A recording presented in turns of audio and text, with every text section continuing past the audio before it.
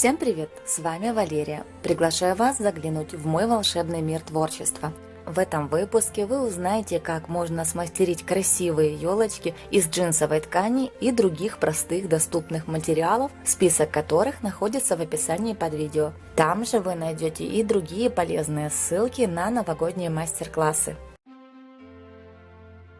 Поверхность необходимо обезжирить. Я использую жидкость для снятия лака.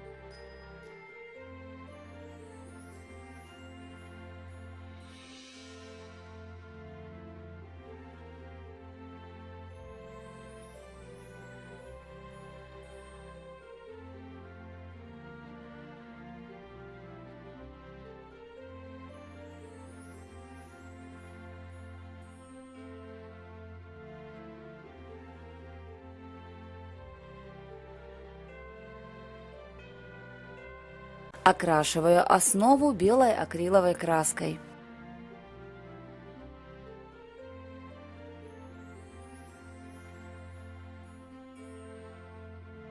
Темно-синюю краску немного разбавляю водой и наношу на основу. Затем при помощи влажной салфетки вытираю лишнюю краску с поверхности.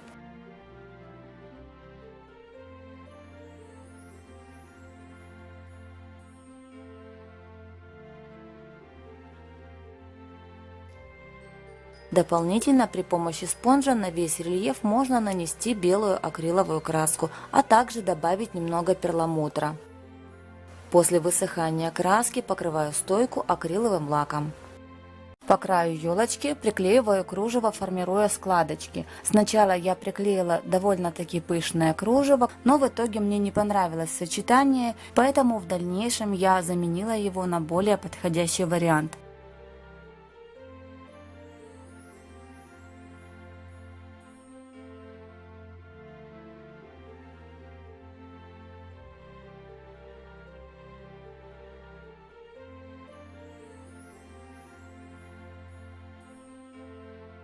Далее для работы понадобится тонкая джинсовая ткань 4-5 оттенков. Необходимо вырезать много заготовок размером 4 на 9 сантиметров. Не забывайте, что все заготовки должны быть симметричными. В своей работе я приклеивала правый конец петли сверху.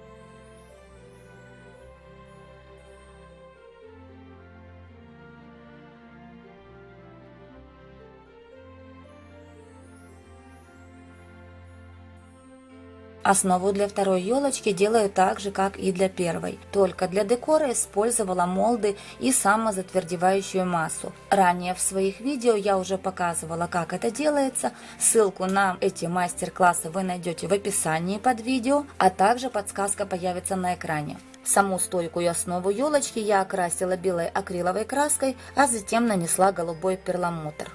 Из тонкой джинсовой ткани вырезаем длинные полоски шириной 3 см, длиной от 12 до 18-20 см, так как розы по размеру будут нужны разные. Для того, чтобы цветы получились более аккуратными, можно воспользоваться утюгом.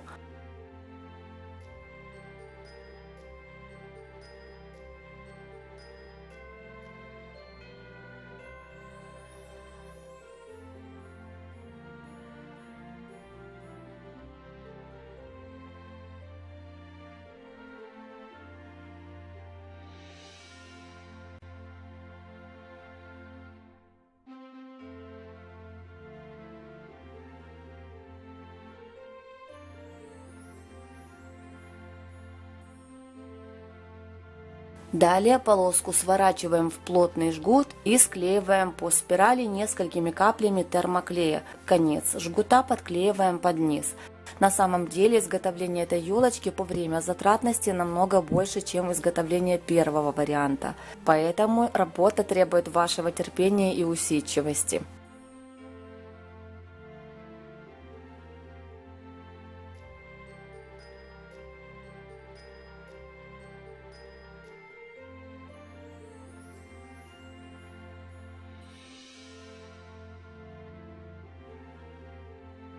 Но если вам не хочется заморачиваться с утюгом, то полоску ткани можно просто свернуть пополам и скрутить в плотный жгут, который затем также склеить по спирали.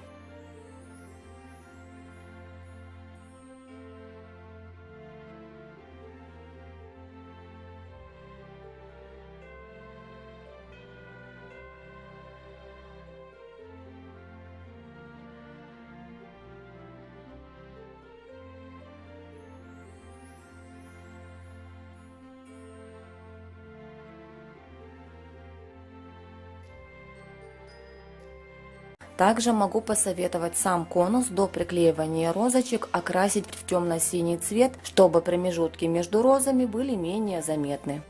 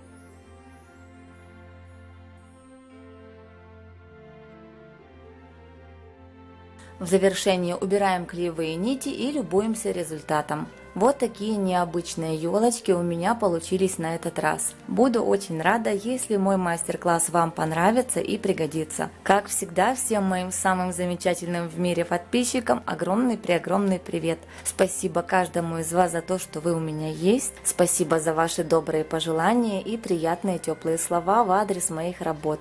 Все ваши добрые слова искренне взаимны. Ну а гостей канала призываю подписаться и нажать на колокольчик, чтобы всегда вовремя получать уведомления о новых мастер-классах. Всем моим зрителям большое спасибо за поддержку, за лайки, за комментарии, ведь этим вы очень помогаете моему каналу продвигаться и видео попадают в рекомендации на главную страницу YouTube.